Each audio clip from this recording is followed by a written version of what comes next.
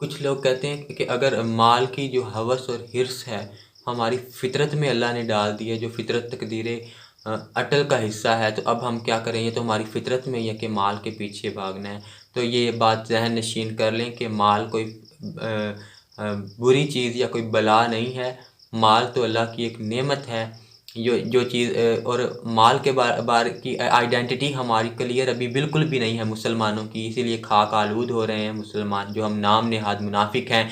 जब खिलाफत अला मिन्हाजुल नबूवत कायम होगी तो हम जैसों को यहाँ से हिजरत करके भागना पड़ेगा, या तलवार के नीचे आकर इस्लाम कबूल करना पड़ेगा, या हमारी गर्दनें उड़ाई जाएंगी हम जैसे नाम नेहाद मुसलमानों को।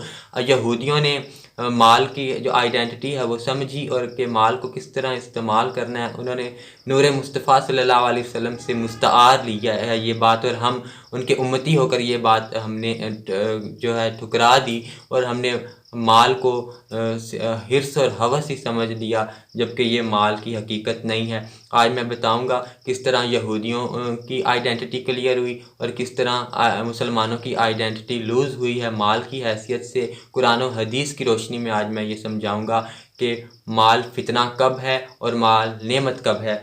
तो सबसे पहले आफत कब बनता है माल, तो ये हदीस बुखारी शरीफ 3147 में अंसार जब हज़रत मोहम्मद सल्लल्लाहु अलैहि वसल्लम के पास ही मफ़हूम अर्ज़ करता हूँ हमेशा हदीस का, ताकि एक लफ्ज़ भी ऊपर नीचे हुआ तो हज़रत मोहम्मद सल्लल्लाहु अलैहि वसल्लम पर झूठ बांधा जाएगा। तो जब अंसार हज़रत मोहम्मद सल्लल्लाहु अलैहि वसल्लम के पास बैठे थे और हज़रत मोहम्मद सल्लल्लाहु अलैहि वसल्लम कुरैश लोगों को माल दिए जा रहे थे, बांटे जा रहे थे, बांटे अपनी आदत के मुताबिक, तो आखिर अंसार बोल पड़े कि कल तक तो हम इनसे लड़ते रहे हैं और इनकी गर्दनें उड़ाते रहे, अभी भी हमारी तलवारों से इनका खून टपक रहा है, और आप हमें छोड़कर इन्हें माल दिए जा रहे हैं। तो हज़रत मोहम्मद सल्लल्लाहु अलैहि वसल्लम ने फरमाया कि ये तो अभी अभी मुसलमान हुए हैं, और आजमाइश का हकीकत और जो हक की रास्ता होता है वो आजमाइश का होता है, इनके दिल फिर ना जाए, इनके दिल मिलाने के लिए ये मैं कह रहा हूँ। तो इनके लिए तो माल है, ये अपने घरों में ले जाएं, और तुम्हारे लिए ये हक और बेहतर नहीं कि तुम मोहम्मद सल्लल्लाहु अलैहि वसल्लम को ही अपने साथ लेकर चले जाओ। तो ये सिर्फ इसलिए है कि इनका मैं दिल मिलाऊं, मैं तुम्हारा हूँ, मैं इंसारियों का हूँ, मैं तुम्हारे लिए अल्लाह और अल्लाह का रसूल ही मतलब काफ़ी है।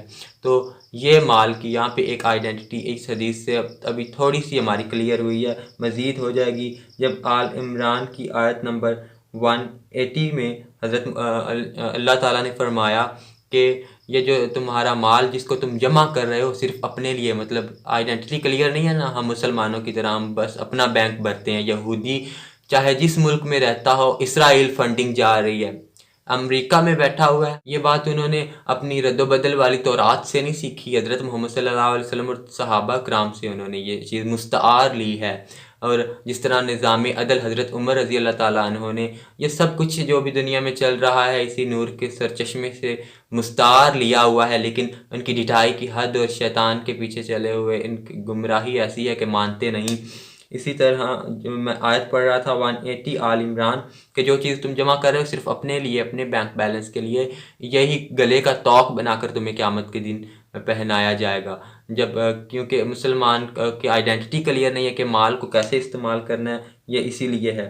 हज़रत मोहम्मद सल्लल्लाहु अलैहि वसल्लम के बारे में हज़रत अनस बिन मालिक रज़ी अल्लाह ताला अन्हु 2508 बुखारी में हदीस रिवायत करते हैं कि हज़रत मोहम्मद सल्लल्लाहु अलैहि वसल्लम ने अपनी ज़िर्रा गिरवी रखी थी कि यहूदी के पास जौ के बदले के उनके घर का राशन आ सके, वो कुछ खा सके, और मैं खुद बासी चर्बी और कुछ जौ की रोटियां लेकर आया था हज़रत मोहम्मद सल्लल्लाहु अलैहि वसल्लम के लिए। और हज़रत मोहम्मद सल्लल्लाहु अलैहि वसल्लम ने खुद फरमाया, जिसका मफ़हूम कुछ यूँ है कि आले मोहम्मद पर कोई ऐसा दिन नहीं गुजरा कि एक साल से ज़्यादा कोई चीज़ उनके घर मौजूद हो खाने पीने के लिए। तो ये हज़रत मोहम्मद सल्लल्लाहु अलैहि वसल्लम अल्लाह ताला की सबसे ज़्यादा महबूब हैं, हम जानते हैं, और महबूब के लिए सबसे महबूब चीज़ चुनी जाती है, तो अल्लाह ताला ने फ़क्र को चुना हज़रत मोहम्मद सल्लल्लाहु अलैहि वसल्लम के लिए। तो मतलब फ़कीरी और फ़क्र की हैसियत अल्लाह के सामने सबसे ज़्यादा है, इसीलिए ये चीज़ चुनी गई। उसके बाद जो माल है इसकी मिसाल गधे की तरह है कि गधे के ऊपर बैठकर अपना सिर्फ काम लेना होता है और अपने कामों में इसे एज आ वसीला सबब इस्तेमाल करना होता है, ना कि गधे को सर पर बिठाना होता है। यही सहाबा कराम ने किया। किसी सहाबी ने दुआ कभी नहीं की कि मेरे बेटे फ़लाँ को कोई बंगला मिले, कार मिले, कोई डिग्री मिले, कोई दुनिया में बड़ा हो। हल अता कि अबू ज़र रज़ी अल्लाह ताला अन्हु तो कितने स्ट्रिक्ट थे इस मामले में कि वक्त के खलीफा को चैलेंज किया था कि तुमने फ़लाँ चीज़ क्यों तामीर की। इसी तरह सहाबा ने जब भी दुआ की आखिरत की आखिरत के लिए मांगा। और माल जब भी आया तो उसके साथ क्या किया, वो आइडेंटिटी तब हाँ जो थी वो आज हम लूज़ कर गए और यहूदियों ने अब ले ली है। फ्रांस में बैठा, अमेरिका में बैठा यहूदी और किसी मुल्क में बैठा यहूदी अपनी कमाई का कुछ परसेंट ज़रूर इसराइल फंडिंग के लिए भेज रहा है, क्योंकि उन्होंने वो रियासत वो बनानी है और उनका एजेंडा हैकल सुलेमानी जो भी है वो अपने मज़हब पर रद्द-बदल वाले होकर और बागी जमात होकर ज़मीन पर एक गाली है यहूदी। उन्होंने आइडेंटिटी क्लियर कर ली, लेकिन मुसलमानों ने जब ज़वाल आया है दिन ब दिन तो पाताल में गिरे हैं। अल्लाह ही है अब जो वापस लेकर आए, वरना हमने कोई कसर नहीं छोड़ी अपने नबी सल्लल्लाहु अलैहि वसल्लम के दीन में उनकी पीठ में छुरा घोंपने की और हर मुमकिन कोशिश की है हमने ज़िल्लत बटोरने की। तो मैं गधे की मिसाल दे रहा था, माल की मिसाल गधे की तरह के उसके ऊपर बैठना है। फिर अगर पुराने ज़मानों में जब कोई पड़ोसी कहता था कि अपना गधा कुछ देर के लिए दो कि मैंने अपनी भैंसों का चारा काटना है, तो वो पड़ोसी को भी देते थे, सबके लिए फ्री था। सखावत जिस तरह सहाबा कराम करते थे हज़रत मोहम्मद सल्लल्लाहु अलैहि वसल्लम के, माल को अपने ऊपर सवार नहीं करना, माल के ऊपर सवार हो, फिर चाहे करोड़ों कमाओ लाखों कमाओ, ये तो एक सवाब बन जाएगा माल और नेमत अजीम नेमत बन जाएगी और क़यामत तो जन्नत खरीदोगे। जैसे कई साहबा ने अपने बागात बेचे जन्नत की बिशारत के लिए, एक दरख्त के बदले पूरा पूरा बाग बेच दिया। तो माल जो है जन्नत तक लेकर जाने वाला है। माल आफत तब बनता है जब माल सिर्फ हमारे बैंक में महदूद होकर रह जाए और आइडेंटिटी लूज़ हो जाए। जिस तरह बड़े सगीर में मुसलमानों को अच्छी तरह हिंदुओं और इन नसरानियों और यहूदियों ने हमारी आइडेंटिटी और हमारे आबा व अजदाद को दीन से दूर किया और आज 6 नस्लें हमारी वहाँ पे गुजरी हैं। तो अब हम ये 7वीं नस्ल भी उसी एजेंडे पे है, लेकिन आहिस्ता आहिस्ता अब नौजवान नस्ल में शऊर आ रहा है, क्योंकि खिलाफत नज़दीक है और दीन की तरफ सब मामला तेज़ी से दौड़ रहे हैं।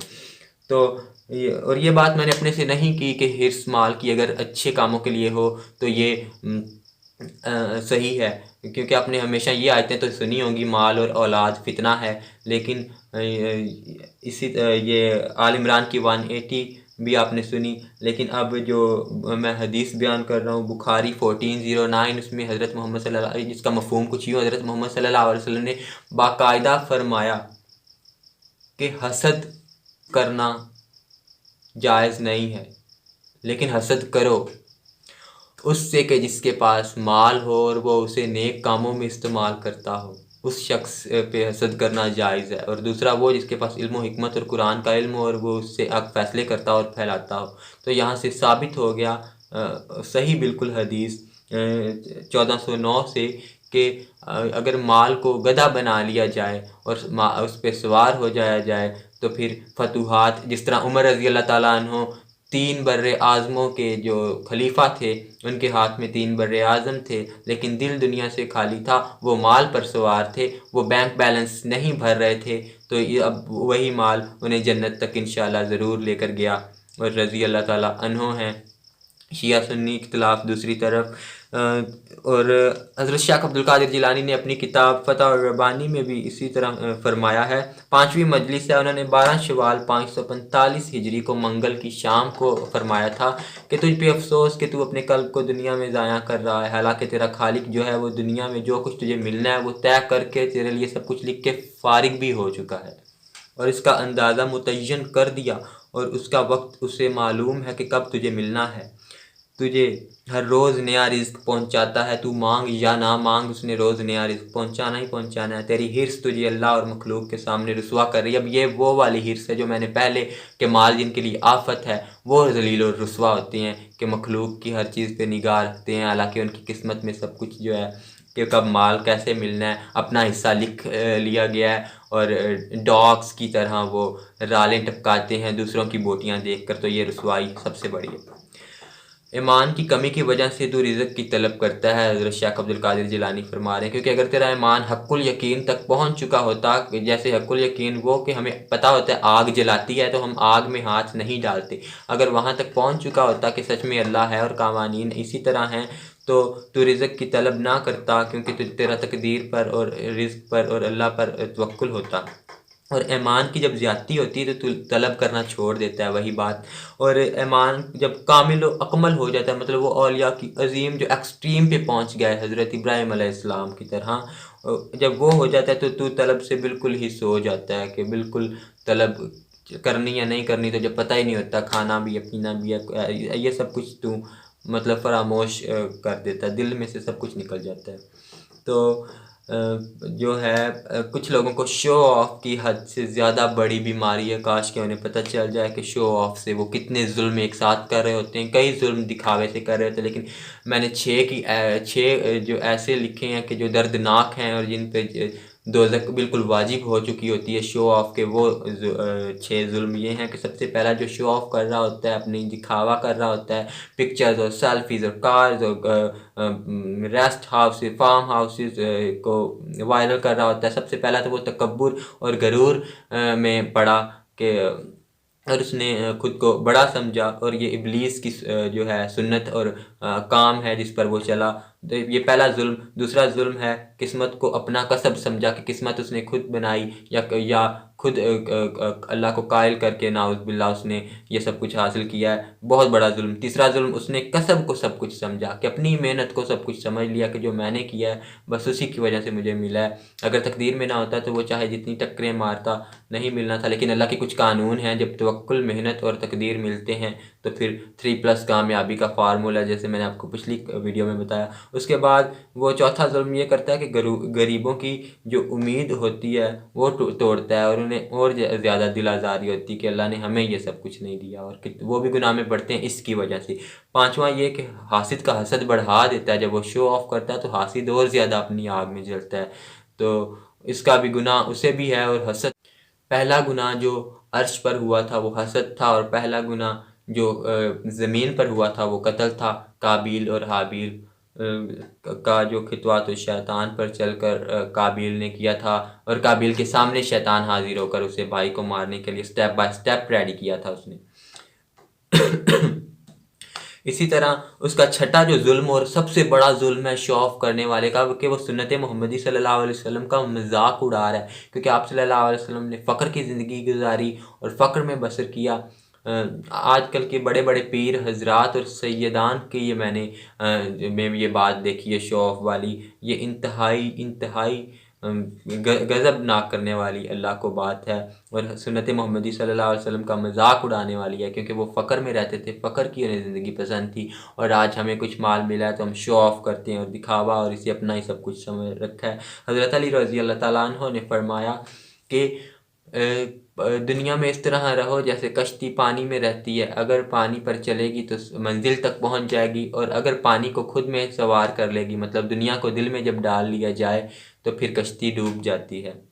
दुनिया चाहे सारी फ़तह कर लो, हाथ में कर लो, लेकिन दिल में दुनिया नहीं, सिर्फ अल्लाह और आखिरत होनी चाहिए। और औलिया तो इससे भी अगला दर्जा बयान करते हैं कि दुनिया और आखिरत दोनों फरामोश कर, और उसके बाद सिर्फ रब रह जाएगा। ये इश्क की आखिरी मंजिलें हैं। और जिस तरह हज़रत उमर बिन अल-खत्ताब 3 बर्रे आज़मों के खलीफा, और रात को ईंट सर के नीचे रख कर सो जाने वाले फ़र्श पर खबर ही नहीं होती थी कि कहाँ पड़े हैं और कहाँ नहीं पड़े। और अली बिन अबी तालिब जो अक्सर रोया करते थे और आखिरी दिनों में कि काश मैं पैदा ही ना हुआ होता।